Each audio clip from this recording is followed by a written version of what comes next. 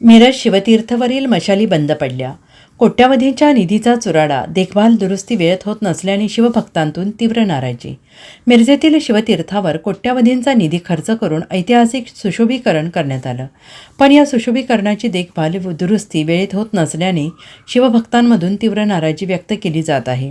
शिवभक्तांचे आराध्य दैवत छत्रपती शिवाजी महाराजांचा पुतळा आणि पुतळा परिसर कोट्यावधींचा निधी खर्च करून किल्ला, मावळे, भाले, मशाली यांचे ऐतिहासिक सुशोभीकरण करण्यात आलं आहे.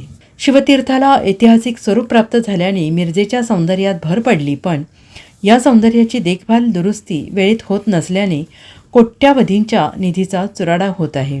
गेले कित्येक दिवस झाले येथील मशाली बंद अवस्थेत असून महापालिका प्रशासनाने याकडे दुर्लक्ष केल्याचं दिसून येत आहे. या मशाली दुरुस्त करण्यात यावी यासाठी शिवप्रेमी संघटनांनी महापालिका प्रशासनाकडे पाठपुरावा केला आहे.